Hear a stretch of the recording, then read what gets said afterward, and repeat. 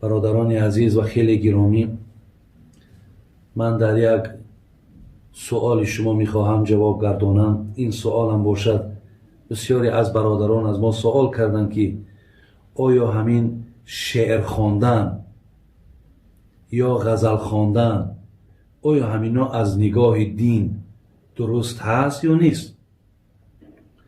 زیرا که بسیاری نمیدانم از کیهای شنیدن که هر کسی که شعر میخواند ایرا بدعت میگویند، ایرا زلالت میگویند و ایرا از نگاه دین نادرست میگویند. اولا برادران عزیز و خیلی گرامی، من از همه شما خواهشم همین است که امروزها حقیقتا هر گونه عقیده ها پیدا شده است و هر گونه رویه ها پیدا شده است و از بس که من فکر میکنم که مردم جای مراجعت کردنشان کم است یا اینکه قناعت نمیشوند از جوابهایی که میگیرند، پس مراجعت میکنند در شبکه ها و در اینترنت ها و یا در نفرهایی که گوییم اونها در مقلدی به مذهب نیستند، پس اونها در شبهه و در شک میافتند. برای این برادران عزیز و گرامی، این یگانه مسئله نیست که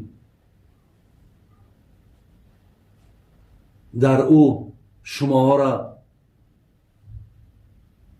ناراحت کنند که وقتی یک کس شعر میخواند در حال بعد چی گویند؟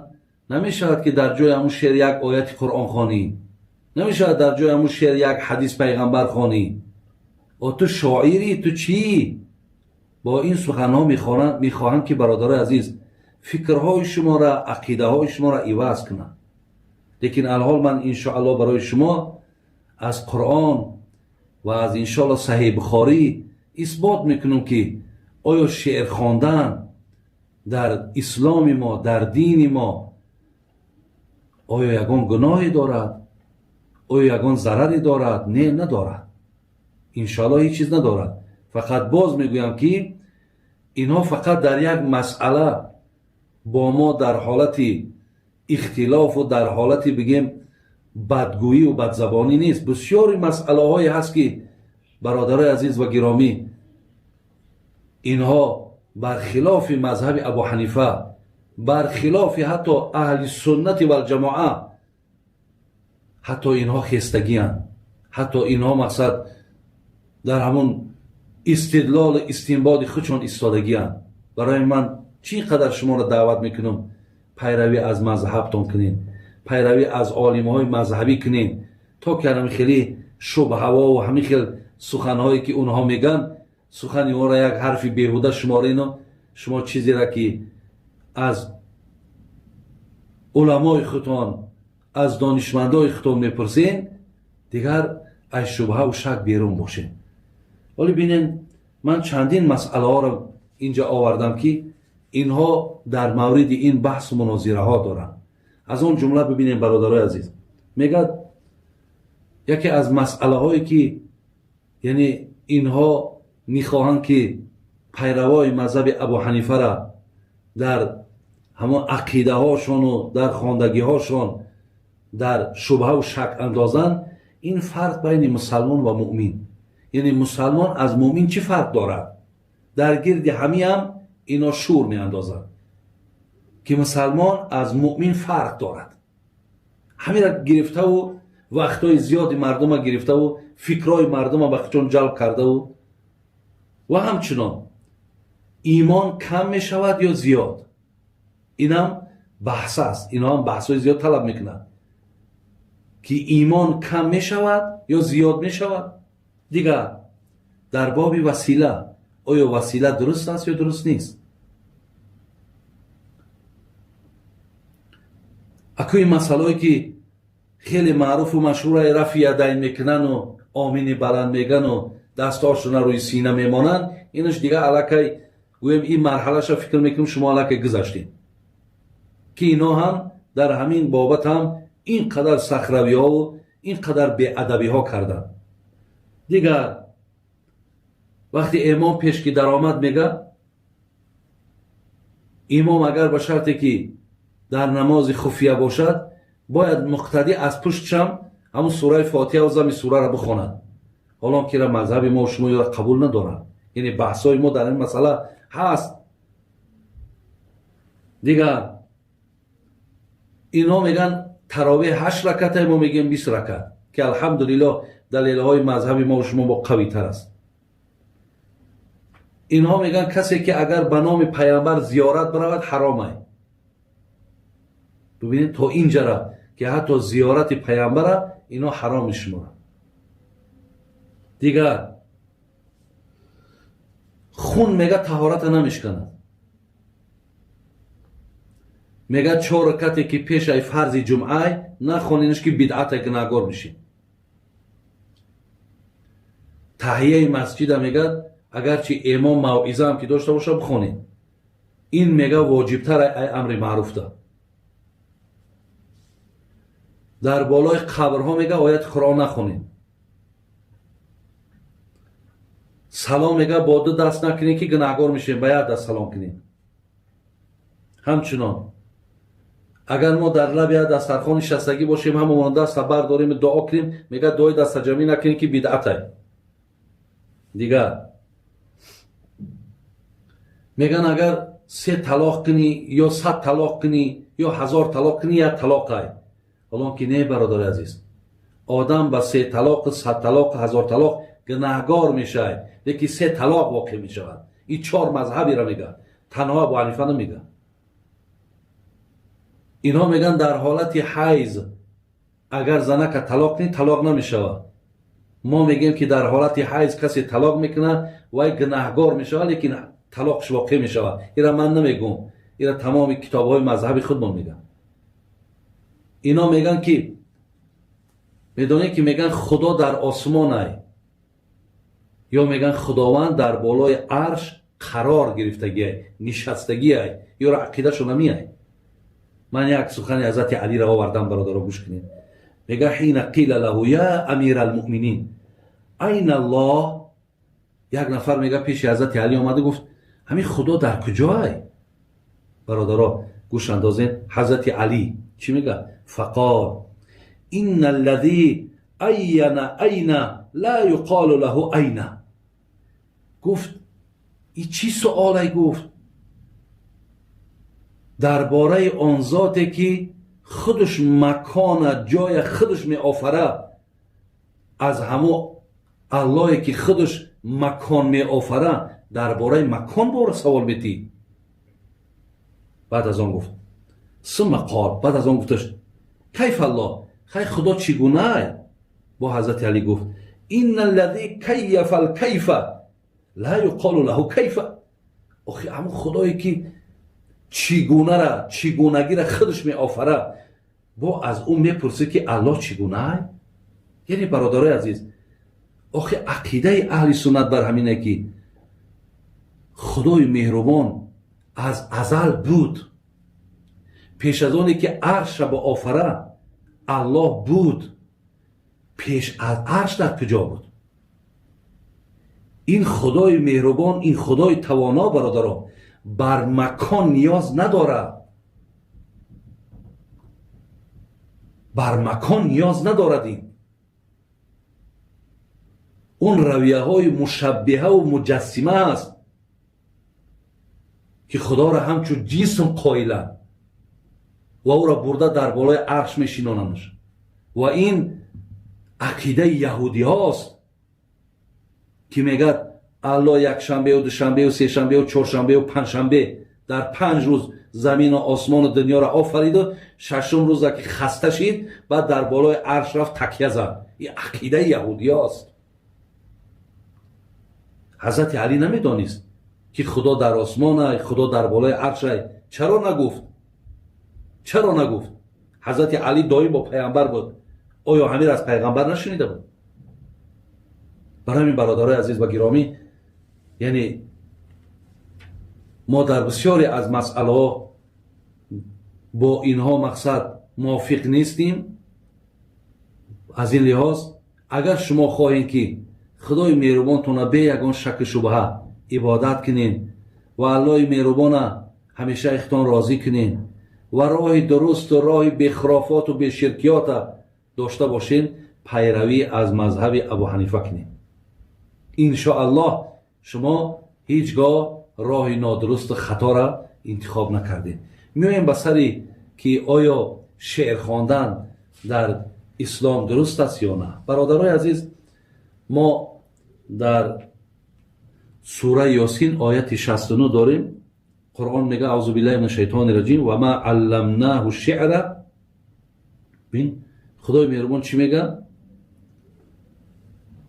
ما پیامبر را شاعر نکردیم و ما ینبغی له، و لایق و سزاوار هم نیست که او شاعر باشد. برادرای عزیز، هر یک آیت به خودش سبب نزول دارد. برای چی خدای مهربان همین سخن گفت؟ آیا همینجا مذمت شاعرای؟ نه. مذمت شعرای؟ نه.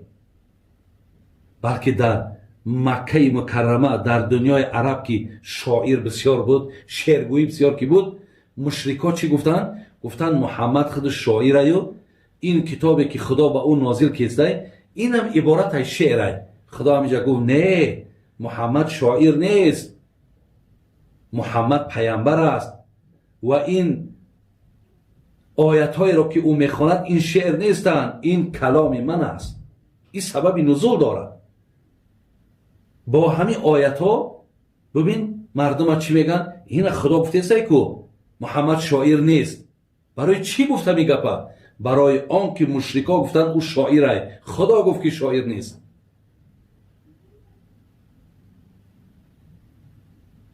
لیکن این هم معنای او را ندارد که خداوند شاعر را مذمت کرده باشد یا شاعر را تنقید کرده باشد. ولی من در اینجا دارم سخنهام.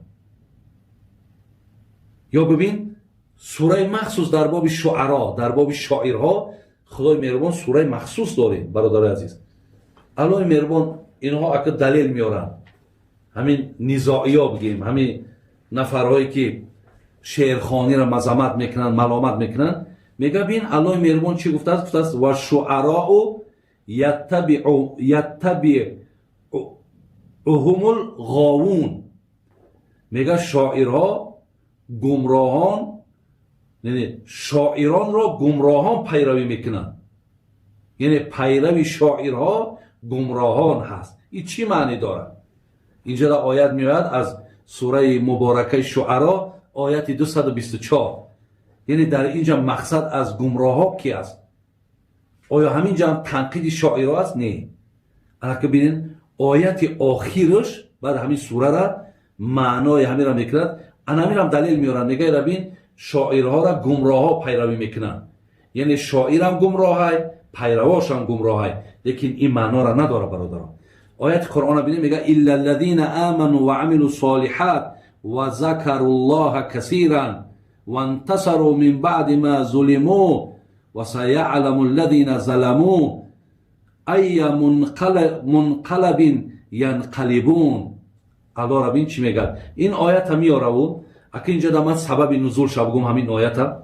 محمد ابن اسحاق درباره سبب نزول میگه که چون آیتی و شعراء یتبعهم الغاوون نازل شد، یعنی همون آیتی که من خواندم، وقتی همین میگن نازل شد یعنی شاعرها را گمراها پیروی میکنن، میگه حسان ابن ثابت اگه شاعرهای دوره پیامبر، ولی من از باره اینا گپ میزنم که اینا کیا هستند. حسان ابن ثابت، عبدالله ابن رواحه، کعب ابن مالک گریه کنان نزد رسول الله آمدن.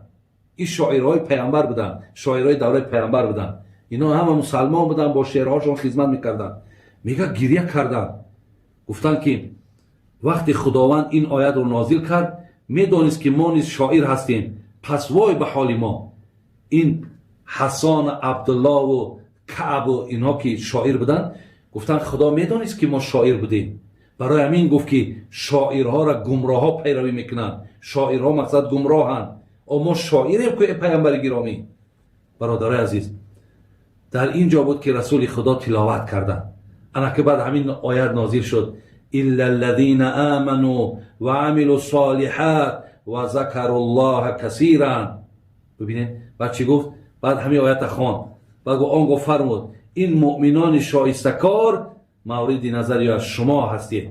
بعد گفت الا الذين آمنوا و عملوا الصالحات. خدا گفتی جدا کسایی کو؟ همون کسایی که پیرو عمل صالح شدن و الله در ایمان آوردن، گفت یا شمایی. یعنی حسان گفت، عبدالله ابن رواحه را گفت، کعب ابن مالک که شاعر بودن، گفت یا شمایی. سپس باز تلاوت کرد و ذکر الله کثیرا، با دوام آیت، و خدا را بسیار یاد میکنن و فرمود اینها نیز شمایی. و گفت کسانی که الله را بیشتر یاد میکنن. همین شاعرها با درباره برابر شعرشون با الله را ذکر میکردن، گفت اینهاش هم شمایی. سپس با تلاوت کرد و انتصروا من بعد ما ظلموا. آنگاه گفت که اینا نیز شمایی، یعنی شما و امثال شما هست که در این آیت مورد استثناء قرار گرفتید. یعنی گفت شما با شعرهاتون که دین نصرت میتین، با شعرهاتون که خدمتی در دین میکنین، گفت اینهاش هم شمایین.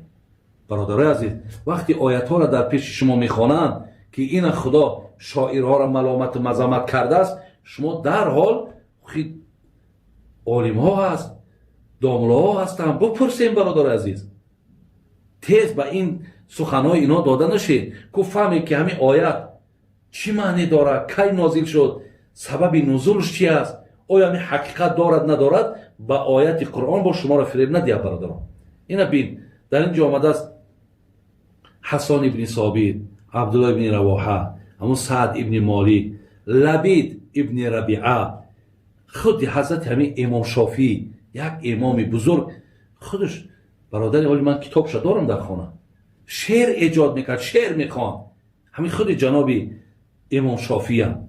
انا که حدیث هایی که برادر عزیز آمده است، قال رسول الله صلی الله علیه و سلم، ایرا برا ابن عازب صحابه پیغمبر در بخاری در حدیث 4123 و حدیث 3213 پیغمبر گفت اهجوهم او هاجیهم و جبرائیل معک. قال لحسان ابن ثابت اهج المشرکین فان جبرائیل معک. پیغمبر ثابتی حسان ابن ثابت چی گفت؟ گفت ای حسان، خدا ترا استعداد داده، خدا ترا قلم خوب داده، تو مقصد با شعرهات گفت این مشرک ها را حجو که، اینها را مسخره که، گفت جبرائیل همراه تای. برادرها میگش جبرائیل همراه تای، جبرائیل همراه شاعرای.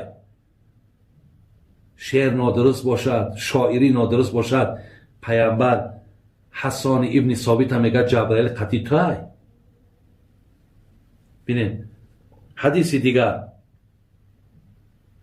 باز در همین هم صحیح مسلم و هم صحیح بخاری، پیامبر اللهم ایده بروح القدس ما دام ینافع عن رسولک والذی نفسی بیده له اشد فیهم من النبل. پیامبر گفت خدایا با این روح القدس، با جبرائیل، خدایا همین حسان ابن ثابت با قوت بته. بین دعا کسای خدایا تواناییش بته با جبرائیل تا زمانی که این دفاع از پیامبر میکنه. بعد گفت قسم به بزرگی خدا، پیامبر میگه بین له اشد فیه من النبل، میگه از همین تیر و شمشیر نیزه‌ای که ما در سینه مشرکا میزنیم، از او در پیامبر گفت قسم به خدا مصرع‌های شعر شما گفت تأثیرش زیاده. مرحمت حدیث های جناب امام بخاری.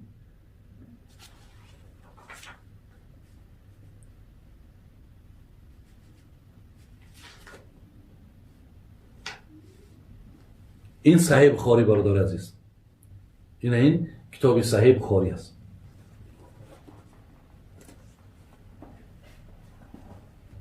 حدیث 4106 زمانی که برادر عزیز میگه همون خندق کنده میشید، عقاب، وقتی صحابه عقاب میکندن که تعلیماتی را میدونید حضرت سلمان آوردگی بود، میگه در همین جا این آمده است لما کان یوم الاحزاب و خندق رسول الله صلی الله علیه وسلم رأیته ینقل من تراب الخندق حتی وار عنی الغبار جلدت بطنی.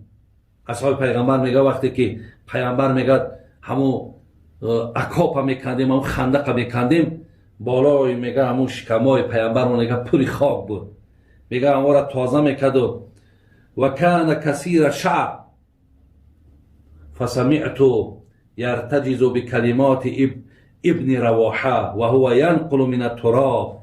میگه هرگاهی که همون خاکا را که میکشید و میبرد پیامبر خودش، برادرای عزیز، خودش میگه همون شعرهایی را که عبدالله ابن رواحه ایجاد کرد میگه همین را میخوان. چی شعر بود؟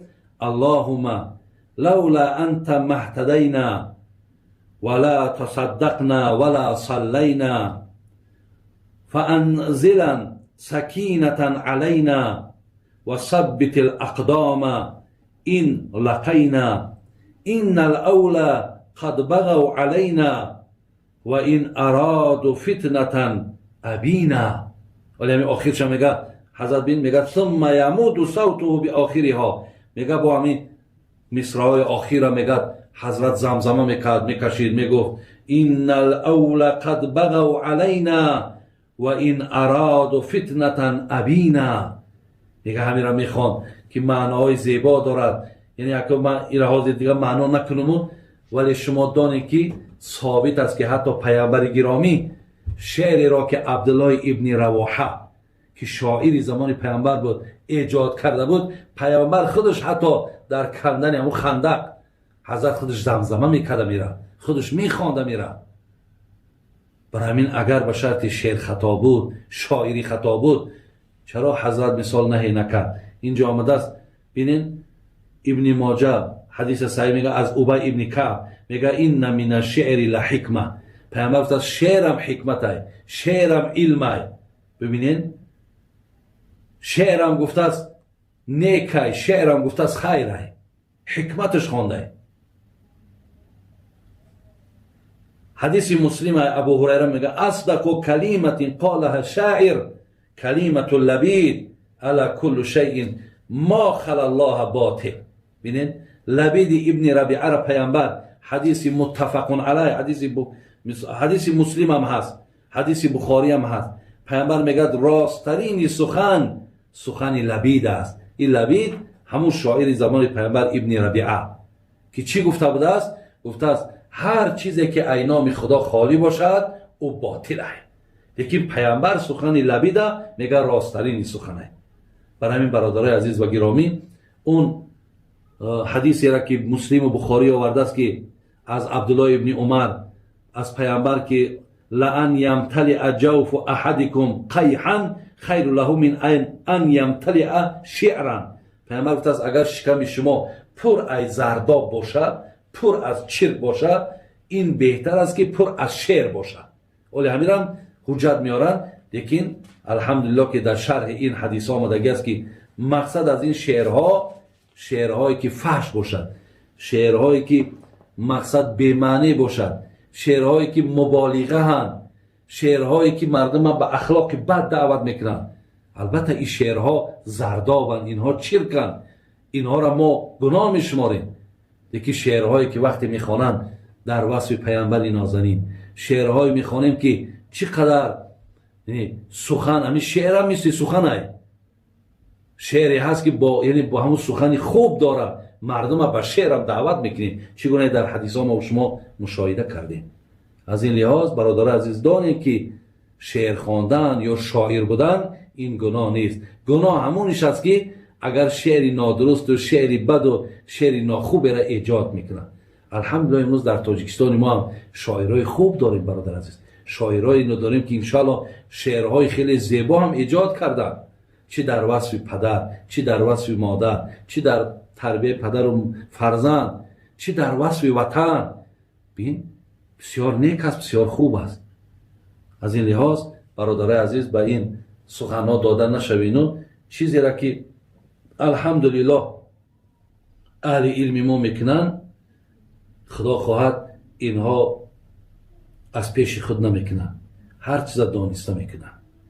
السلام علیکم و رحمت الله و برکاته.